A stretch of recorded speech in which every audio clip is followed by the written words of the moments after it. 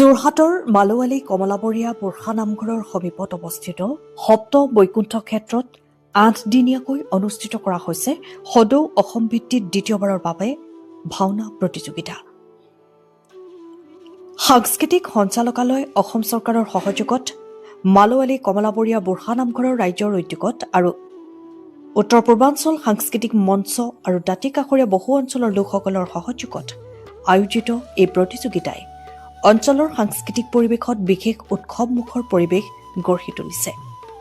২৯ নৱেম্বৰৰ পৰা ৭ ডিচেম্বৰ পৰ্যন্ত মুঠ ৮ দিন ধৰি ১৬খনকৈ ভাওনা প্ৰদৰ্শন হ'ব। অসমৰ বিভিন্ন প্ৰান্তৰ পৰা যেন মাজুলী, শিৱসাগৰ, ডিব্ৰুগড়, নগাঁও লগতে আগশাৰীৰ কেইবাটাও দল মুঠ ১৬টা দলে অংশগ্ৰহণ কৰিছে। ভাওনাৰ এই ঐতিহ্যবাহী ৰূপত শিল্পীসকলৰ পৰম্পৰাগত নৃত্যভংগী, সংগীত, মুখা শিল্প, গায়ন বায়ন, দোহাৰ, নাৰদ আৰু পৰম্পৰাগত সাজ-সজ্জাই অনুষ্ঠানক অধিক মনোমোহা কৰি তোলাৰ আশা প্ৰকাশ কৰিছে। এই প্ৰতিযোগিতাত বিজয়ী দলসকলৰ বাবে আকৰ্ষণীয় ধনৰাশি পুৰস্কাৰ ঘোষণা কৰা হৈছে।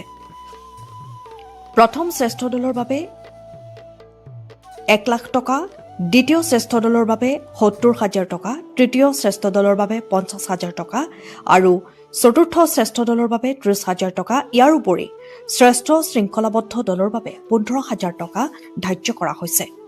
প্ৰতিযোগিতাত ভাওনাৰ সকলো শাখাক লক্ষ্য কৰি বিশেষ পুৰস্কাৰ দিয়া হ'ব।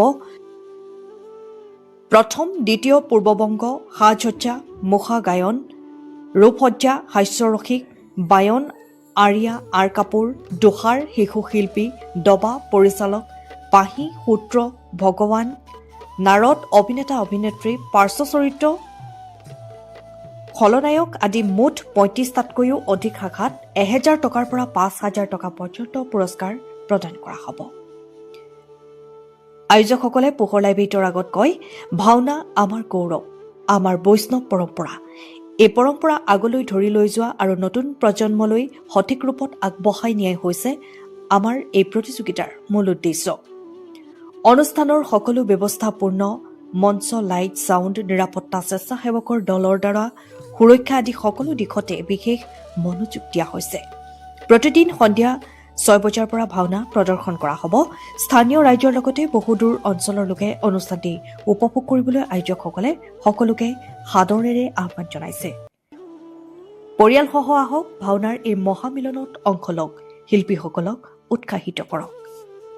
যোৰহাটৰ পৰা অনুপম বৰা ৰিপোৰ্ট, পোহৰ লাইব্ৰেৰী। নমস্কাৰ। আমাৰ যিখন জেগাত পাতিব লোৱা হৈছে এখন মালোৱালী কমলাবৰীয়া বুঢ়া নামঘৰ একদম সন্মুখতে সপ্ত বৈকুণ্ঠ স্থানত আমি পাতিব লোৱা হৈছে আৰু ইয়াত আপোনাৰ ২৯ নৱেম্বৰৰ পৰা ৭ ডিচেম্বৰলৈকে আমাৰ অনুষ্ঠান চলিব। অসমৰ বিভিন্ন দলে জইন কৰিছেহি। আপোনাৰ গোলাঘাট, মাজুলী, শিৱসাগৰ, টিয়ক, তাৰপিছত লখিমপুৰ, এনেকৈ দলসমূহ আহিছে, দূৰৰ দল। আৰু আপোনাৰ ২৯ তাৰিখৰ দিনাখন প্ৰথম দিনাখন আমাৰ ৰাতিপুৱা ৫ বজাত আমাৰ পতাকা উত্তোলন হ'ব। তাৰ আগতে আমাৰ আসন প্ৰতিষ্ঠা হ'ব। তাৰপিছতে আমাৰ পতাকা উত্তোলন হ'ব। পতাকা উত্তোলনৰ পিছতে আমাৰ ধৰ্মধ্বজা হ'ব। তাৰপিছতে আমাৰ শোভাযাত্ৰা যাব।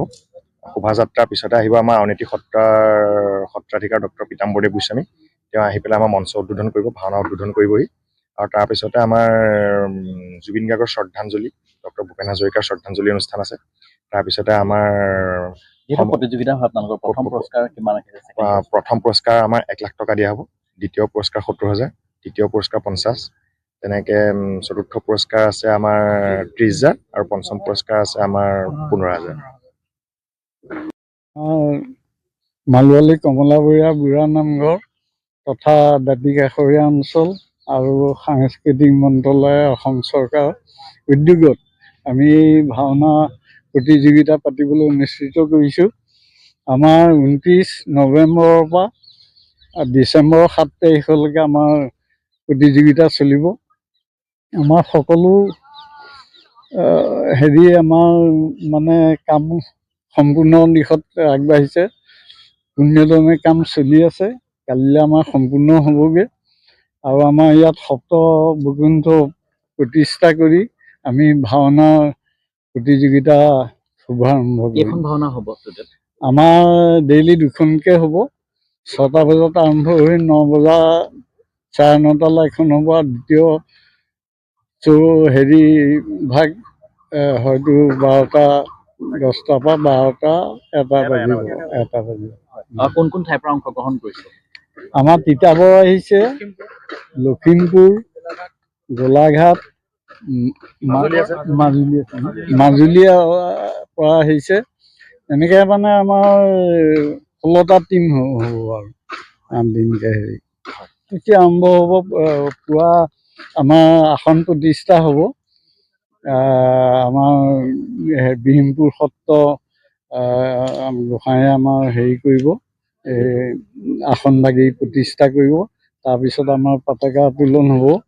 তেনেকৈ আমি কেইবাখন গাঁও, যিকেইখন গাঁৱৰ মানে বয়োজ্যেষ্ঠসকলৰ দ্বাৰাও এখনকৈ আমি কৰিম মেইন কৰাৰ পিছত। আৰু তাৰপিছত আমাৰ শ্বহীদ তৰ্পণ হ'ব। তাৰপিছত শোভাযাত্ৰা আৰম্ভ হ'ব। আমি ইয়াৰ আগতো ক'ভিডৰ আগত আমি পাতিছিলোঁ।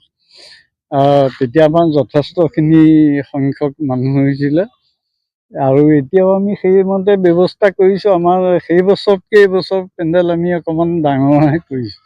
গতিকে আমি আসনৰ ব্যৱস্থা কৰিম, সকলোখিনি সুবিধা আমি। আৰু সম্পূৰ্ণ দৰ্শনী বিনামূলীয়া?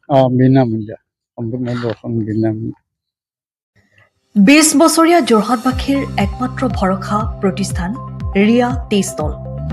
হয়, যোৰহাট পুৰণি বালিবাট স্থিত বিজি পথত আপোনালোকৰ আপোন আৰু ভৰসাৰ চাহ, মিঠাই, বিভিন্ন সুস্বাদু সমৃদ্ধ বিপণী Riya tea stall. Riya tea ষ্টলৰ দ্বিতীয়খন সংযোজন ৰিয়া টি ষ্টল ৰাইজৰ বাবে মুকলি। ইয়াত নানান ধৰণৰ বিস্কুট, ব্ৰেড, সুস্বাদু পেষ্ট্ৰি, কেক, চাহ, কফিৰ লগতে বাৰ্থডে কেক উপলব্ধ। লগতে অৰ্ডাৰ মতে যোগান ধৰা হ'ব। তেনেহ'লে পলম নকৰি আহক আপোনালোকৰ প্ৰিয় বিপণী ৰিয়া টি ষ্টললৈ।